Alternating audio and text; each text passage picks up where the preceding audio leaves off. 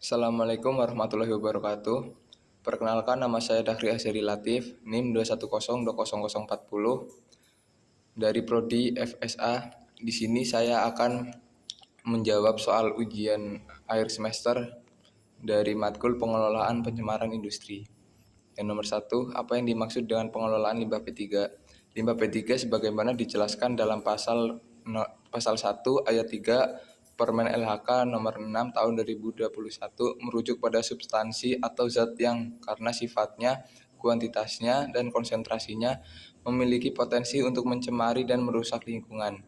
Pengelolaan limbah P3 adalah rangkaian kegiatan yang mencakup reduksi, penyimpanan, pengumpulan, pengangkutan, pemanfaatan, pengelolaan, dan penimbunan limbah P3. Nomor 2, sebutkan dan jelaskan karakteristik dan kategori limbah P3. Karakteristik dan kategori limbah P3 yaitu 1. Mudah meledak, contoh limbah olefin dan styrene. Yang kedua, mudah menyala, contoh limbah pelarut organik, minyak pelumas bekas. Terus yang ketiga, reaktif, contohnya limbah sodium dan magnesium. Selanjutnya ada beracun, contohnya limbah pestisida dan limbah medis. Ada juga infeksius, contohnya limbah rumah sakit. Dan juga korosif, contoh asam basa. Dan yang terakhir, iritasi, contohnya debu dan asap. Lanjut nomor 3, fasilitas penyimpanan limbah P3 berdasarkan kategori dan sumber. Kategori mudah meledak, sumber limbah, industri kimia dan pertambangan. Fasilitas penyimpanan, gudang khusus, terisolasi, anti ledakan. Kategori mudah menyala, sumber limbah, bengkel dan industri otomotif. Fasilitas penyimpanan, gudang pendingin dan sistem proteksi kebakaran. Kategori beracun, sumber limbah, rumah sakit dan laboratorium. Fasilitas penyimpanan, ruang penyimpanan bertekanan negatif dan ventilasi. Kategori infeksius, sumber limbahnya rumah sakit, fasilitas penyimpanan ada ruang pendingin dan tekanan negatif dan juga desinfektan. Yang terakhir kategori korosif, sumber limbah, industri bahan kimia, fasilitas penyimpanannya tangki baja anti korosi. Nomor 4, fasilitas penimbunan limbah P3, yaitu ada landfill khusus limbah P3, lalu ada landfill terpadu dengan insinerator, terus ada fasilitas underground truck, lalu yang terakhir ada open dam or surface impoundment atau kolam penampung terbuka.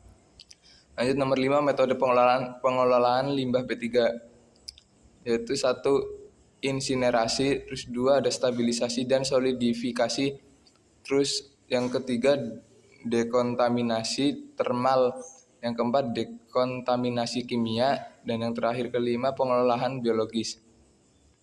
Nomor 6, fasilitas penyimpanan limbah P3 berdasarkan jenis dan waktu maksimal penyimpanan. Jenis limbah P3, limbah mudah meledak, fasilitas penyimpanan, gudang terisolasi dan berventilasi. Waktu maksimal penyimpanan 3 bulan.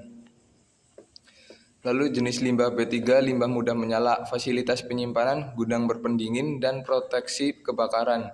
Waktu maksimal penyimpanan 12 bulan.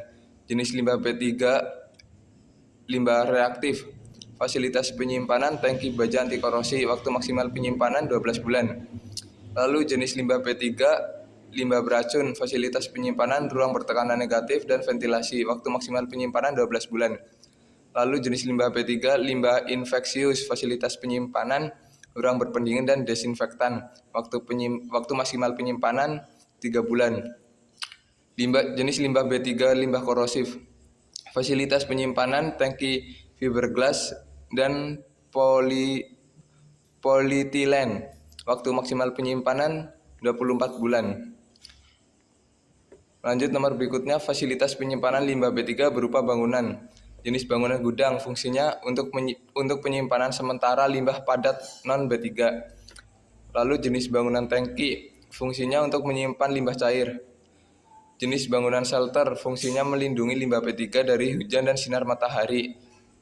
Jenis bangunan ruang pendingin, fungsinya pendinginan limbah P3 suhu rendah.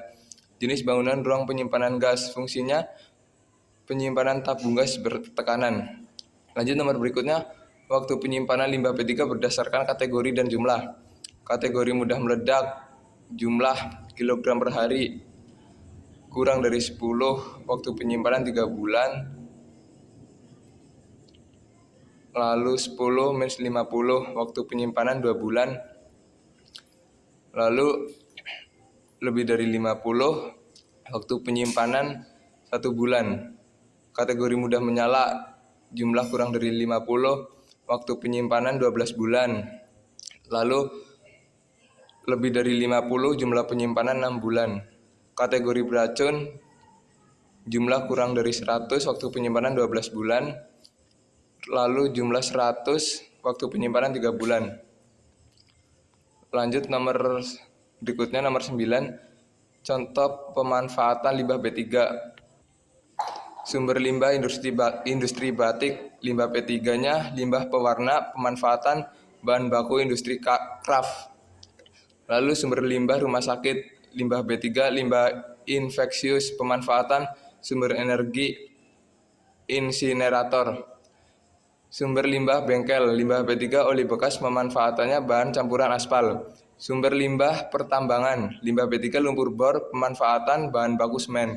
Sumber limbah industri farmasi, limbah B3 limbah obat kadaluarsa, pemanfaatan daur ulang obat generik. Fasilitas pengangkutan B3, lanjut nomor 10, fasilitas pengangkutan limbah B3 yaitu 1 truk tangki untuk limbah cair. Lalu truk terbuka, limbah padat dengan kemasan drum. Lalu ada truk box, limbah B3 dalam kemasan drum, tong, dan lainnya. Lalu ada simbol dan label limbah B3, terus identitas perusahaan,